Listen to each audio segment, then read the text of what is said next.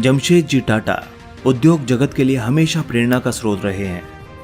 उन्होंने न सिर्फ शून्य से शुरुआत की, बल्कि एक ऐसे औद्योगिक घराने की स्थापना भी की जो वर्षों से व्यवसाय के साथ साथ नैतिकता का भी ध्यान रखता आ रहा है।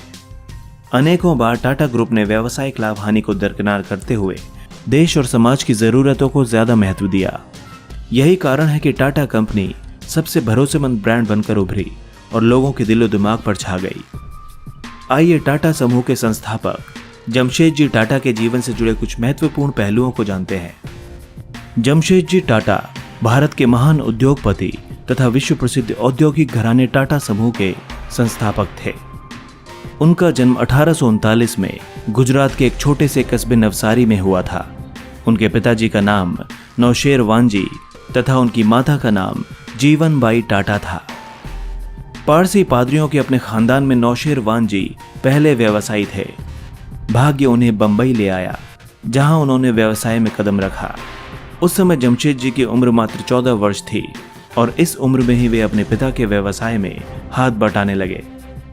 जमशेद जी ने एल्फिंस्टन कॉलेज में प्रवेश लिया और अपनी पढ़ाई के दौरान ही उन्होंने हीराबाई दवू से विवाह कर लिया। वे 1858 में ग्रेजुएट हुए और अपने पिता के व्यवसाय से पूरी तरह जुड़ गए। 29 वर्ष की उम्र तक वे पूरी मेहनत के साथ पिता के कारोबार में हाथ बटाते रहे, पर उन्हें कहीं और पहुंचना था। इसीलिए अपनी बचत के 21,000 रुपयों की पूंजी के साथ उन्होंने एक ट्रेडिंग कंपनी की स्थापना की। उद्योगों की शुरुआत। वो दौर बहुत कठिन था। अंग्रेज अत्यंत बर्बरता से 1857 की क्रांति को कुचलने में सफल हुए थे। 1868 में 21,000 रुपयों के साथ उन्होंने अपना खुद का व्यवसाय शुरू किया। सबसे पहले उन्होंने एक दिवालिया तेल कारखाना खरीदा और उसे एक रुई के कारखाने में तब्दील कर दिया। इसके साथ ही उसका नाम बदलकर रखा अलेक्जेंडर मिल। 2 साल बाद उन्होंने इस मिल को अच्छे खासे मुनाफे के साथ बेच दिया। इस पैसे के साथ उन्होंने नागपुर में 1874 में एक रुई का कारखाना लगाया।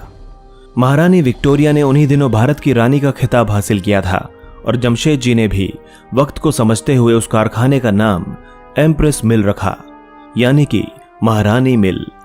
1869 तक टाटा परिवार को एक छोटा व्यापारी समूह समझा जाता था। इसे मुंबई व्यवसाय जगत में पीछे की बेंच पर बैठने वाला माना जाता था।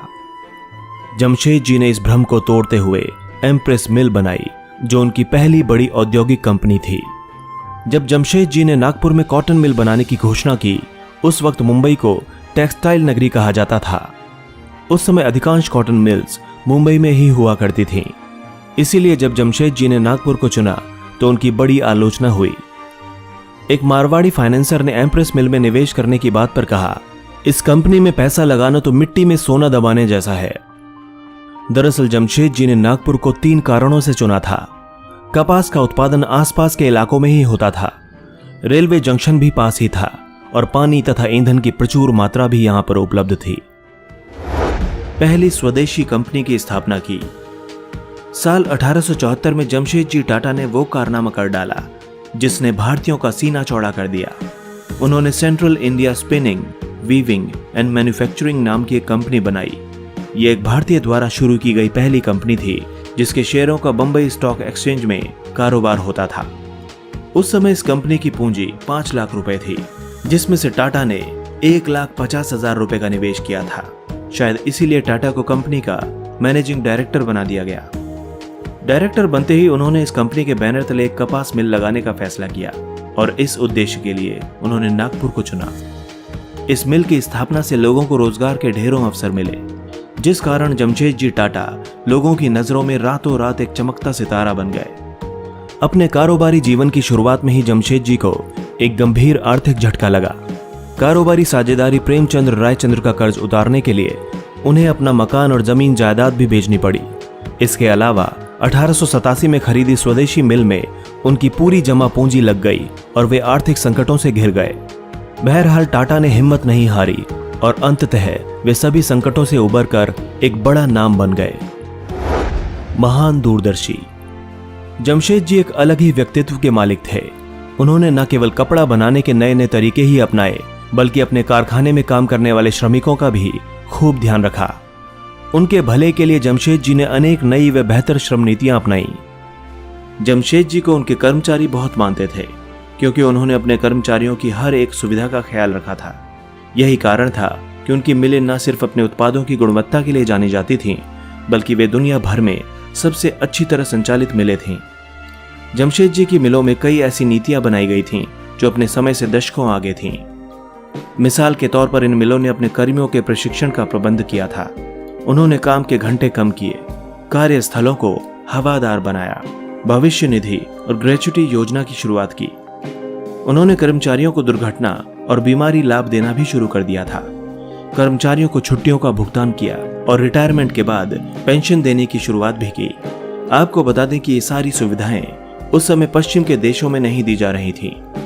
इस लिहाज से भी वे अपने समय से कहीं आगे थे। उन्होंने सफलता को कभी भी अपनी जागीर नहीं समझा, बल्कि उनके लिए उनकी सफलता उन लोगों की थी जो उनके लिए काम किया करते थे। जमशेद जी के अनेक राष्ट्रवादी और क्रांतिकारी नेताओं के साथ भी नजदीकी संबंध थे। इनमें प्रमुख थे दादा भाई नौरोजी और फिरोज शाह मेहता। जमशेद जी और उनकी सोच पर इनका काफी प्रभाव था।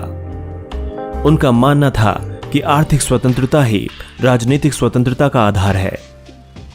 जमशेद जी के 3 बड़े सपने थे। एक, लोहा व स्टील कंपनी खोलना। दूसरा, विश्व प्रसिद्ध अध्ययन केंद्र की स्थापना करना। तथा तीसरा, जल विद्युत परियोजना यानी हाइड्रो इलेक्ट्रिक प्लांट लगाना। दुर्भाग्यवश उनके जीवन काल में तीनों में से कोई भी सपना पूरा ना हो सका, पर वे बीज तो बो ही चुके थे। एक ऐसा बीज जिसकी जड़ें उनकी आने वाली पीढ़ियों ने अनेक देशों में फैलाईं। इसके अलावा उनका एक और ड्रीम प्रोजेक्ट था जिसको वो पूरा करना चाहते थे, और ये था होटल ताजमहल। उनका ये सपना उनके जीते जी ही पूरा हो गया। यह विश्व प्रसिद्ध होटल 1903 में 4 करोड़ 21 लाख रुपए के शाही खर्च से तैयार हुआ था। उस समय यह रकम आज के अरबों रुपयों के बराबर थी। मुंबई की शान कहे जाने वाले होटल ताज के निर्माण के पीछे एक कहानी चर्चित है। कहा जाता है कि 19वीं सदी के अंत में भारत के कारोबारी जमशेद जी टाटा बंबई के सबसे महंगे होटल में गए। दुर्भाग्य से वहां उन्हें रंग भेद का शिकार होना पड़ा। उन्हें होटल से बाहर तक जाने को कह दिया गया था, चूंकि वे पहले ही भारत में एक शानदार होटल बनाना चाहते थे। ऐसे में इस घटना ने उन्हें उकसाने का काम किया। जमशेद जी टाटा ने तत्काल तय किया कि वे भारतीयों के लिए इससे बेहतर होटल बनाएंगे। 1903 में मुंबई के समुद्री तट पर ताजमहल पैलेस होटल तैयार हो गया। यह मुंबई की पहली ऐसी इमारत थी जिसमें बिजली थी, अमेरिकी पंखे लगाए गए थे, जर्मन लिफ्ट्स मौजूद थीं और अंग्रेज शेफ भी थे। उस समय यह होटल अन्य होटल्स की तुलना में काफी बेहतर था, जो आज भी भारत की एक धरोहर है। इसमें भी उन्होंने अपनी राष्ट्रवादी सोच को दिखाया था। उन दिनों स्थानीय भारतीयों को बेहतरीन यूरोपीय होटलों में घुसने नहीं दिया जाता था, इसीलिए उन्होंने ताजमहल होटल का निर्माण करवाया था ताकि भारतीय नागरिक भी एक विश्व स्तरीय होटल में प्रवेश कर सकें।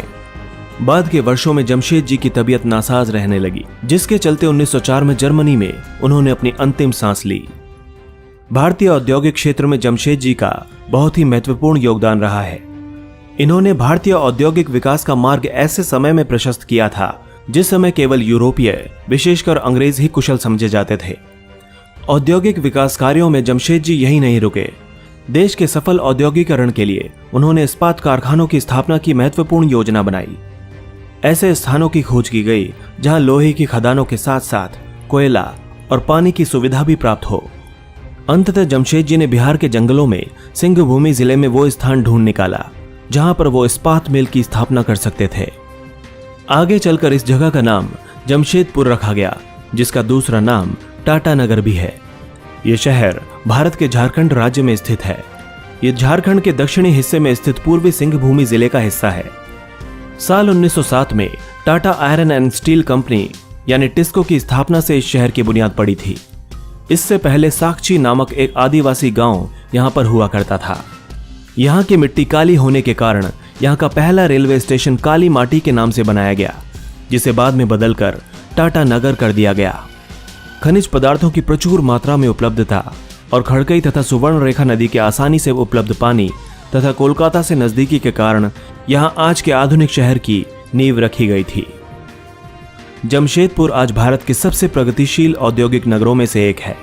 टाटा घराने की कई कंपनियों के उत्पादन इकाई जैसे TISCO, Tata Motors, Tiscon, tin plate, Timken और ट्यूब डिवीजन इत्यादि यहां कार्यरत हैं। जमशेद की अन्य बड़ी उल्लेखनीय योजनाओं में पश्चिमी घाटों के तीव्र जलप्रपातों से बिजली उत्पन्न करने वाला विशाल उद्योग है, जिसकी नींव 9 फरवरी 1911 को लानौली में गवर्नर द्वारा रखी गई थी। इससे बंबई की समूची विद्युत आवश्यकताओं की पूर्ति होने लगी। सफल औद्योगिक और व्यापारी होने के साथ साथ सर जमशेद टाटा उदार स्वभाव के व्यक्ति भी थे। वे औद्योगिक क्रांति के अभिशाप से परिचित थे और उसके दुष्परिणामों से अपने देशवासियों, विशेषकर मिल मजदूरों को बचाना चाहते थे। इसी उद्देश्य से उन्होंने मिलों की चारदीवारी के बाहर उनके लिए पुस्तकालयों और उद्यानों आदि की व्यवस्था के साथ साथ दवा आदि की सुविधा भी उन्हें प्रदान करवाई। दोस्तों, इसी तरह की इंटरेस्टिंग और इन्फॉर्मेटिव वीडियोस देखने के लिए हमारे चैनल हिस्टोरिक हिंदी को आज ही सब्सक्राइब करें और बेल आइकन को दबाना ना भूलें।